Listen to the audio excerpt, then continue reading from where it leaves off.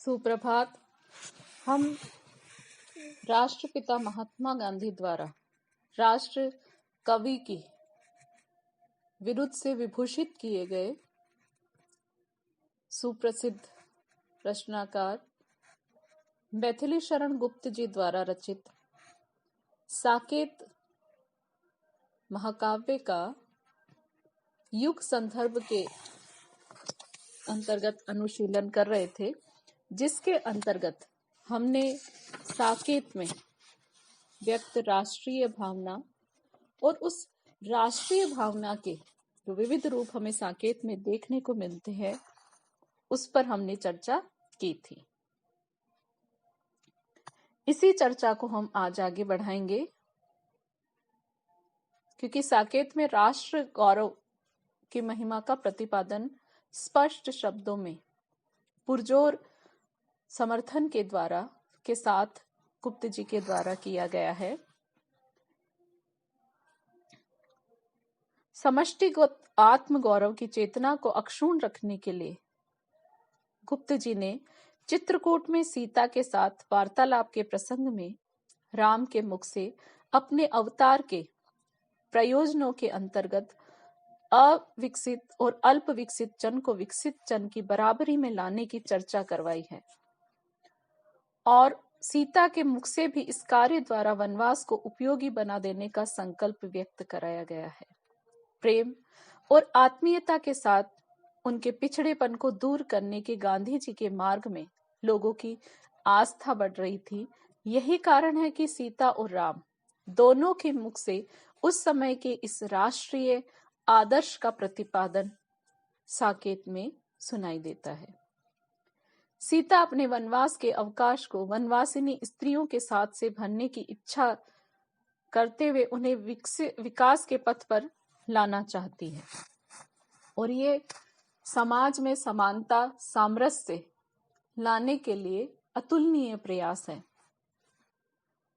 सीता कहती है, ओ भोली कोल की रात भिल्ल वालाऊं, ओ भोली कोल की रात भिल्ल वालाऊं, मैं आप तुम्हारे यहाँ आ गई आओ, मुझको कुछ करने योग्य काम बतलाओ, दो अहो नव्यता और भव्यता पाओ, लो मेरा नागर भाव भेंट जो लाया, मेरी कुटिया में राजभवन मन भाया, सब और लाभ ही लाभ बोध विनिमय में, उत्साह मुझे है विविध वृत्त संचय में, तुम अर्ध नग्न क्यों रहो अशेष समय में, आओ हम काते बुने गान की लय में, निकले फूलों का रंग ढंग से ताया, मेरी कुटिया में राजभवन मन भाया। राम भी अपने अवतार के प्रयोजनों की गणना करते हुए पार्थिव उन्नति को केंद्र में रखकर लगभग इसी प्रकार का संकल्प व्यक्त करते हैं। राम कहते हैं, बहुजन वन में है बने वृक्ष वानर से, मैं दूंगा अब आर्यत्व उन्हें निज कर से। साकेत में गांधी जी के आदर्श की यह छाया देखकर राष्ट्र प्रेमियों का मनोबल बढ़ने के साथ ही उन्होंने इस काव्य कृति को अपने बहुत निकट पाया। यद्यपि साकेत की सीता स्वयं नागर भाव संपन्न है और केवल वनवासी जातियों को विकसित करने की बात कहती हैं, किंतु सीता और उर्मिला के व्यक्तित्वों में गुप्त जी ने नेतृत्व क्षमता का समाहार किया है। वह लोक नेतृत्व में नारियों के सम्मिलित होने की घटना से प्रभावित प्रतीत होता है कि एक स्त्री भी समाज को नेतृत्व प्रदान कर सकती है, उसमें युगानुकूल अपेक्षित सुधार ला सकती है। यह हमें इन दोनों के माध्यम से पता चलता है। गुप्त जी इस कृति में जिस प्रकार नारी को पुरुष की बराबरी में ले आए हैं, वह नारी जागृति की ऐतिहासिक घटना की देन है। उर्मिला और लक्ष्मण तथा सीता और राम के बीच बराबरी के स्तर पर होने वाली नोक झोंक भी पुरुष और नारी की समता में कवि की रुचि प्रकट करती है। फिर भी साकेत की नारी अपने अधिकारों के लिए लड़ने वाली न होकर समर्पणशीला, प्रति प्राणा स्त्री है। उर्मिला में नारी का यही रूप साकार हुआ है। नोक झोंक में वह लक्ष्मण की बराबरी करती है, किंतु राम के साथ वन जाने के लिए लक्ष्मण के निश्चय का पता चलने पर वह विवश भाव से मान जाती है। उसके मन में टीस तो उठती है, पर वह चुप रहती है। चित्रकूट में सीता द्वारा उर्मिला लक्ष्मण भेंट का आयोजन किया जाने पर लक्ष्मण के मुख से यह सुनकर कि भाभी की भगिनी, तुम मेरे अर्थ नहीं केवल उपभोग्य, वह अपने कर्मों को दोष देकर रह जाती है। हाँ, स्वामी कहना था क्या क्या, कह न सकी कर्मों का दोष, पर जिसमें संतोष तुम्हें हो, मुझे उसी में है संतोष। यद्यपि राम लक्ष्मण सीता के अयोध्या लौटने पर लक्ष्मण से भेंट के प्रसंग में अपने जीवन के सबसे मूल्यवान कालखंड यौवन के उपभोग से वंचित रह जाने की उर्मिला की शिकायत में नारी के विद्रोह की हल्की सी झांकी दिखलाई देती है, फिर भी अधिकार चैतन्य और पुरुष को चुनौती देने की दीप्ति से संपन्न नारी जैसा कि कुछ अंशों में गुप्त जी की यशोधरा है, साकेत में दिखलाई नहीं देती। साकेत रचना के युग में नारी की हीन स्थिति के प्रति करुणा को ही प्रमुखता थी। उस समय भी वह भार्या मानी जाती थी और पुरुष पर उसकी निर्भरता प्रशंसा की दृष्टि से देखी जाती थी। साकेत में इस विषय में प्रशंसा के शब्द देखे जा सकते हैं। उर्मिला लक्ष्मण से कहती है, खोजती है किंतु आश्रय मात्र हम, चाहती हैं एक तुमसा पात्र हम, आंतरिक सुख दुख हम जिसमें धरें और निज भवभारियों हल्का करें। स्त्री पुरुष की समता उस युग का आदर्श थी। साकेत में उसकी अभिव्यक्ति एक प्रकार से अपने युग का प्रतिबिंब है, जिसे देखकर उस समय के हिंदी पाठक को इस कृति में प्रसन्नता का अनुभव हुआ है।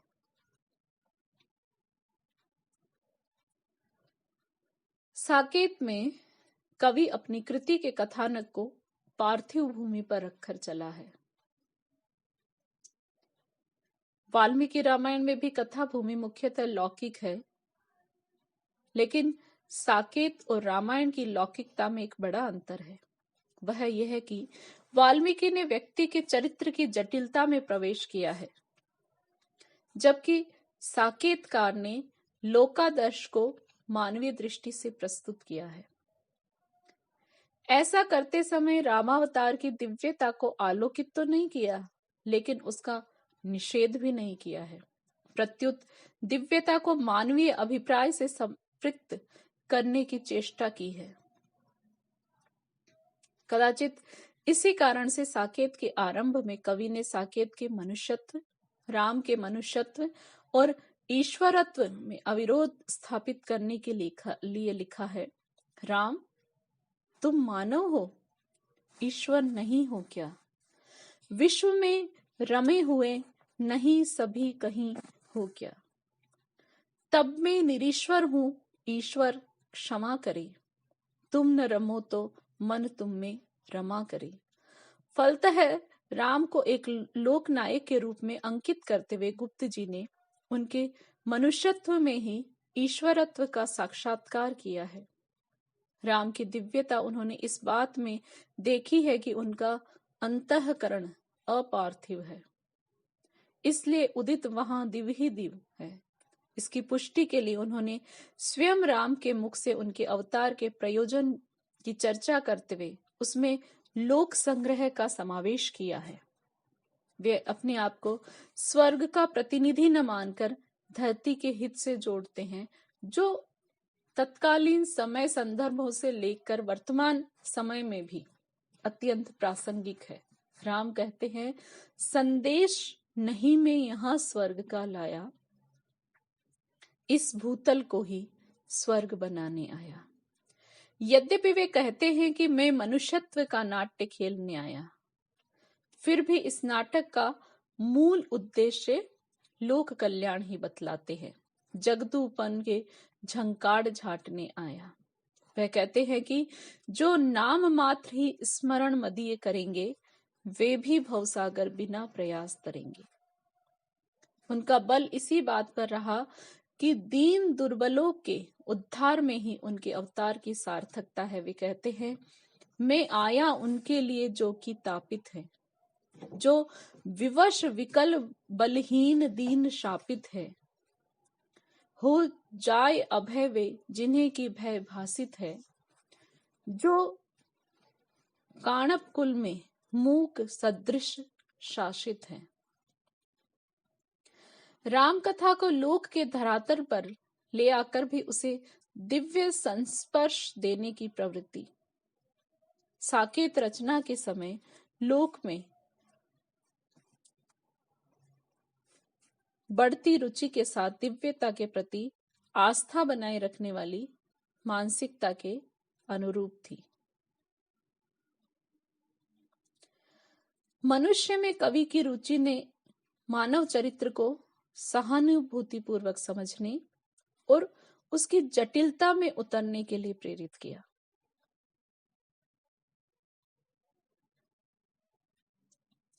साकेत में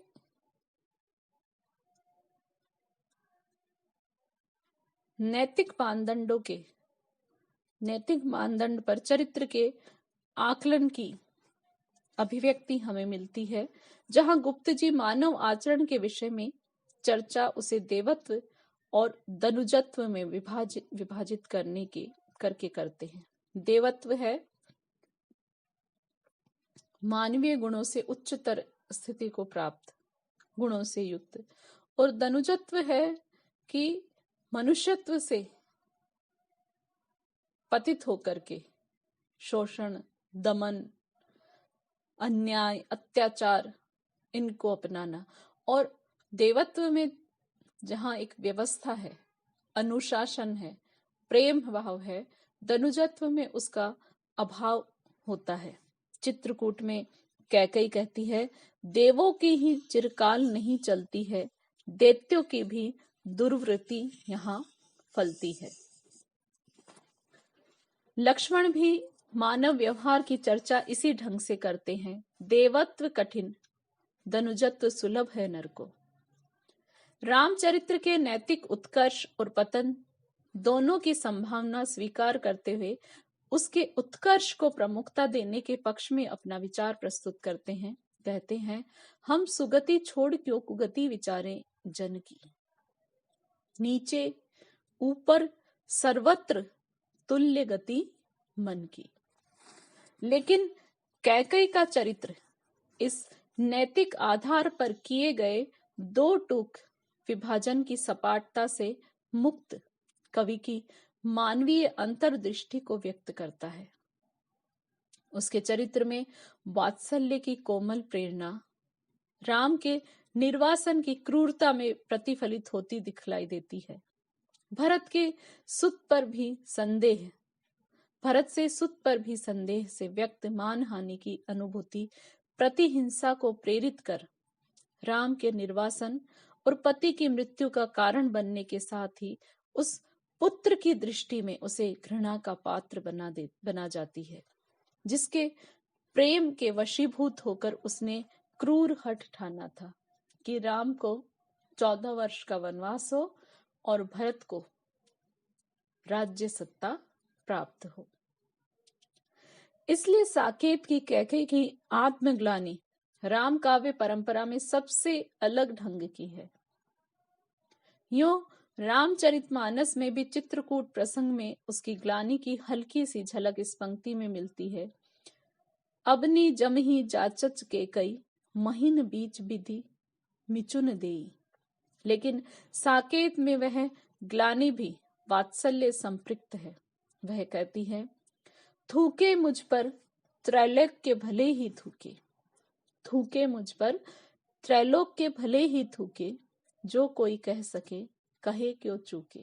कि चाहे मेरे इस कृत्य पर तीनों लोग थूकने से तात्पर्य है मेरी निंदा करे, मेरी आलोचना करे, और जो भी मुझे जानता है, परिचित अपरिचित, जो वह मुझे कहना चाहता है इस अपराध के लिए, उसके लिए वो कहने से क्यों चूके, कहे।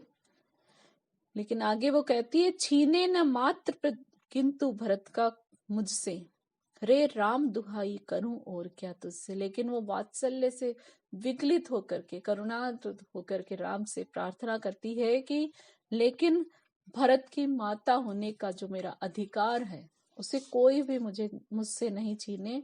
हे राम, इसके अलावा तुमसे और क्या विनय करूं, क्या प्रार्थना करूं। कितनी विवशता, कितना दैन्य और करुणा है इस अंतिम पंक्ति में। कैकेयी द्वारा किया गया अनर्थ यदि भरत के मन में उसके प्रति घृणा उत्पन्न नहीं करता तो वह शायद सबकी धिक्कार झेल लेती। लेकिन उसे सबसे अधिक दुख इस बात का था कि वात्सल्यवश उसने अकांड किया था, पर आज अन्य सा हुआ वत्स भी मेरा। अपने क्रूर कर्म के मूल में प्रेरणा की कोमलता सिद्ध करने से अधिक चिंता उसे भरत को निर्दोष सिद्ध करने की है। इसलिए वह अपने पुत्र की सौगंध खाकर उसे निरपराध बतलाते हुए यह भी व्यंजित करती है कि वही उसे सबसे प्रिय है। यदि मैं उकसाई गई भरत से हूं तो पति समान ही स्वयं पुत्र भी खो। इससे बड़ी सौगंध कोई मां नहीं ले सकती कि जो अभी अभी विधवा हुई है, सद्य वैधव्य जिसको मिला है, और वह कहती है कि अगर मेरे पुत्र ने मुझे राम के वनवास के लिए कहा हो या किसी भी प्रकार प्रभावित किया हो तो मैं अपने पति के समान अपने प्राण प्रिय पुत्र को भी खो दूं। इससे कैकेयी के चरित्र में न केवल मनोवैज्ञानिक अंतर्दृष्टि व्यक्त हुई है, बल्कि चरित्र विधान में जटिलता और वक्रता का भी समावेश हो गया है, जिससे साकेत के काव्यत्व में मार्मिकता के साथ दीप्ति भी उत्पन्न हुई है। और इन दोनों ही गुणों ने पाठकों के हृदय में साकेत की एक विशिष्ट छवि, उसका स्थान बनाने में, उसके साकेत की तरफ आकर्षित करने में बहुत बड़ा योगदान दिया है। उपर्युक्त विवेचन से यह प्रकट होता है कि साकेत में युग का स्थूल प्रतिबिंब ही दिखलाई नहीं देता, उसमें नवयुग की सूक्ष्म अंतर्दृष्टि की प्रतिध्वनि भी सुनाई देती है। राष्ट्रीय भावना और गांधी दर्शन की तात्कालिक संवेदनात्मक परिणति की सुबोध अभिव्यक्ति के साथ ही उस युग में विकसित मनुष्य विषयक अभिरुचि और अंतर्दृष्टि ने सहृदय हृदय स्पर्श की क्षमता और रचना विधान की जटिलता के माध्यम से इस कृति को विशिष्टता प्रदान की है। और युग संदर्भों में साकेत एक अत्यंत उल्लेख